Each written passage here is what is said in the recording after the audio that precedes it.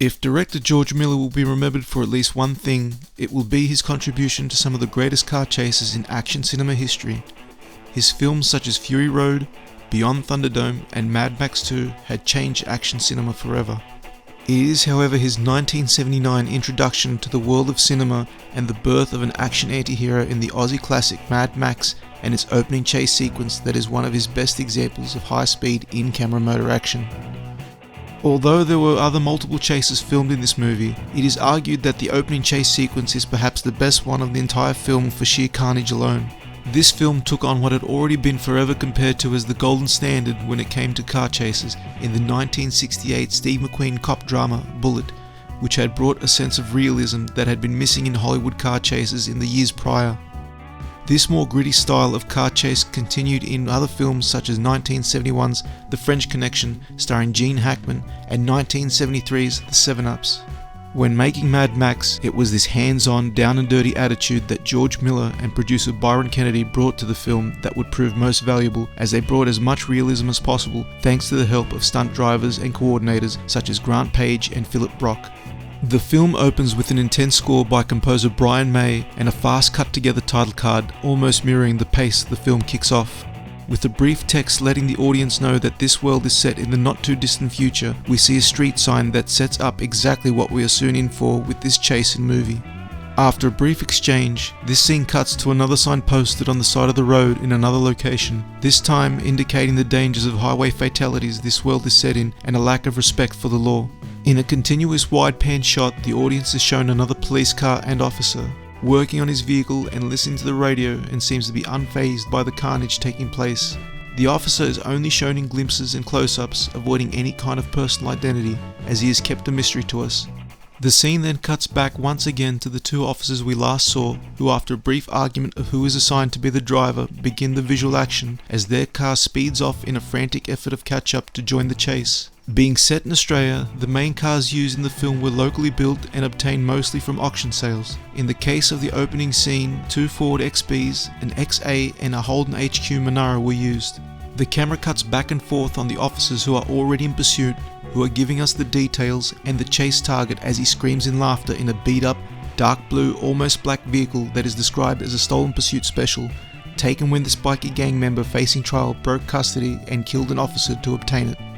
This situation adds on to one of the issues with the chase, as the regular police vehicles shown are having difficulty keeping up given the vehicle being chased is another cop car itself. The other yellow police vehicle seen in this part of the chase, which was given the call sign of March Hare that is seen smoking throughout, was actually a Ford XA and former taxi on its last legs and had a smaller 6-cylinder engine.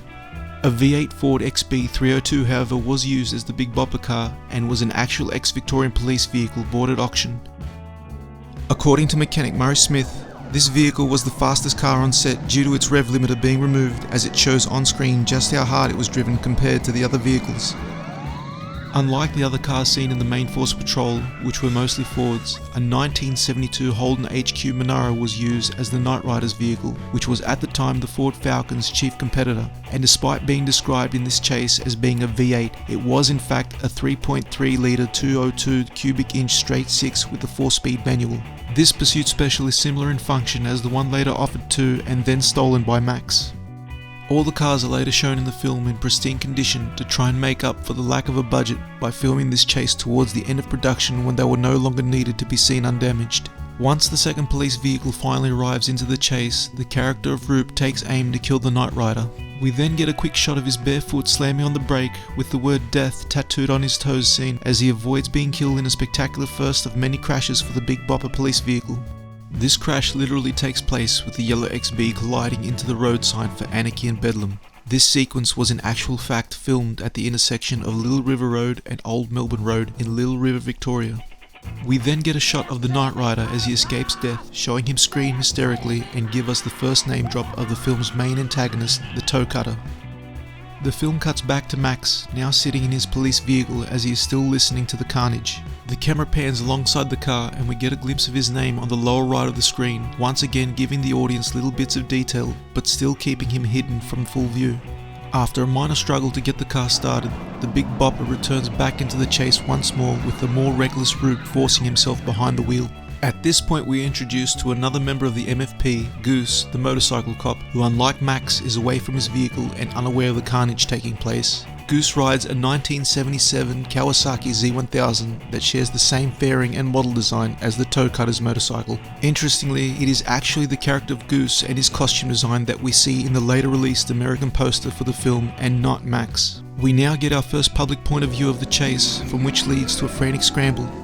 After a brief warning heard over the radio of the fear of the chase finally heading into a populated area, the scene cuts to an established crane wide shot revealing a small industrial suburb, and then a cut to within this area, a setup in an almost mundane, unrelated situation to the chase is currently taking place. A quick cut takes place to return the audience back into the chase from a low angle, almost mimicking the height of the infant we last saw.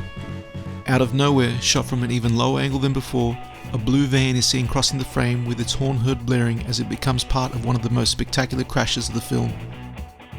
With a sudden shift, the scene of the collision is shot at high speed, creating a slow motion effect as the Big Bopper passes the frame. The van used for this particular shot was done in two parts, with the director's own personal means of transportation that was also used during production as crew and equipment transport being shown as the lead up, while an emptied out shell was obtained for the impact. The Big Bopper now once again struggles to rejoin the chase, despite the massive impact and damage, which according to the on-set mechanic Robert Orchard, the only part that needed replacing for the car to drive was a new radiator. However, due to the budget, the only radiator available to be used was that of the Black on Black Pursuit Specials, which was temporarily removed and used and then put back after the chase was completed. The sound begins to grow louder as the Big Bopper is heard and seen burning rubber and drowning the scene with smoke and screeching tyres. With the Goose still trying to catch up, faster cuts are now taking place as the camera cuts back to the forgotten infant who is now seen running down the middle of the road in an almost foreshadowing way. Max's wife and child are seen running towards the end of the film. The film is letting the audience know that in this world not even infants are safe from the violence and road carnage. This momentary lapse of attention leads to the start of one of the most amazing piece of stunt work setups this franchise will become famous for, as the camera cuts to a POV shot from within the March Hare car. This, however, is one of the few mistakes of the chase, as the XA we see at the end of the road has already been crashed and flipped before the accident has actually taken place. An extra detail that is shown to us in this moment is a piece of graffiti displayed on the door of the phone box. This graffiti is in fact the symbol of the Toe Cutters gang, which were also known as the Z Runners. This symbol is only ever briefly mentioned and never explained. This symbol, however, represents the killing of the bronze police officers, and only members of the gang who have become cop killers bear this mark, which bears a resemblance to the Greek letter F, harkening back to director George Miller's Greek heritage. The XA police car is seen to flip in a spectacular fashion as the camera cuts between regular frame speed and slow motion. The film once again gives us a number of fast cuts of the reaction of both the characters of Roop and Charlie and their point of view just frames before their car collides into the caravan. The caravan used was also a production item, as it functioned as the makeup office along with other uses before it was no longer needed and set up to be demolished in this scene. In one long continuous shot in slow motion, the XB breaks through into the next camera angle, almost breaking through the screen itself as it becomes airborne and lingers in the air almost suspended in flight before it lands. We then see the Goose, who he as well is unable to avoid a collision and slides his bike to a halt. In a moment of art imitating life, we discover through his accident that the Goose has broken his leg after falling under his motorbike. This was a fate similar to what happened to Mad Max stunt coordinator Grant Page, who while on his way to the set one early morning at the beginning of production, while riding one of the film's motorbikes with then original actress cast to play Max's wife, Rosie Bailey, crashed the bike to avoid a collision with an oncoming truck that crossed the lane in front of them. Both Grant and Rosie suffered injuries, including a broken leg which led to the recasting of Rosie, while Grant continued to work against medical advice with multiple fractures and internal and facial damage. We next see the Goose having trouble with his police radio, another foreshadowing that would later prove a major issue. We then have the first line from Max uttered as he is now ready to make his entrance into the chase. The Knight Rider in a mocking manner encourages an encounter with Max as he taunts him and in turn once again repeats lyrics from the AC/DC song Rocker. Max, unlike the frantic actions of the Big Bopper, is seen taking his time and slowly moving into place to wait for the chase to come to him. What soon follows is a game of chicken performed by stunt coordinator Grant Page in the Monaro and race car driver Philip Brock, who was driving the yellow Interceptor, which was done for real and at high speeds. Both cars perform an attempted head-on collision. As we see up to this point, the Knight Rider is overly confident in his supremacy. With a straight-on camera angle, his expression breaks to sudden fear. Despite attempting to do a full 180 handbrake U-turn, Phil Brock could not complete this stunt as requested due to the lack of width on the road. That was hard, was the fact that the main shot was right down the white lines. So you couldn't move, you couldn't vary your position on the road to give you a better shot at doing the handbrake turnaround. The Knight Rider is now in a sobbing, almost childlike state, where in a failed attempt at chicken, Max has proven to be the crazy of the two and is now forcing a dangerous situation by constantly ramming into the stolen police vehicle. With the Knight Rider momentarily distracted in his panic state, a civilian warning of another accident further ahead is seen.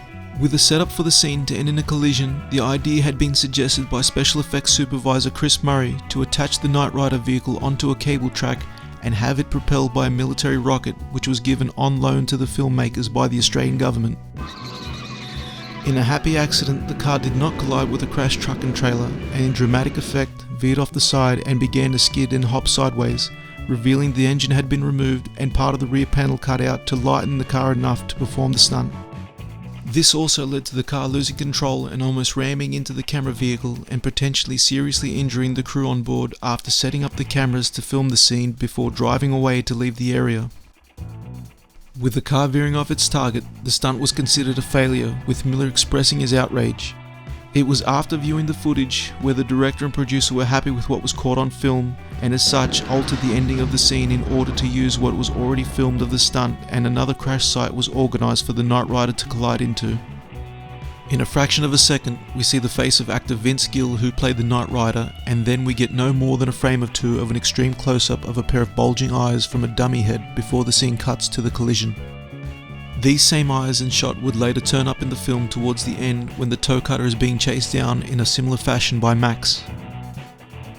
Miller had stated that before the protruding eyes were used in the end chase, it was missing that last bit of dramatic effect he wanted.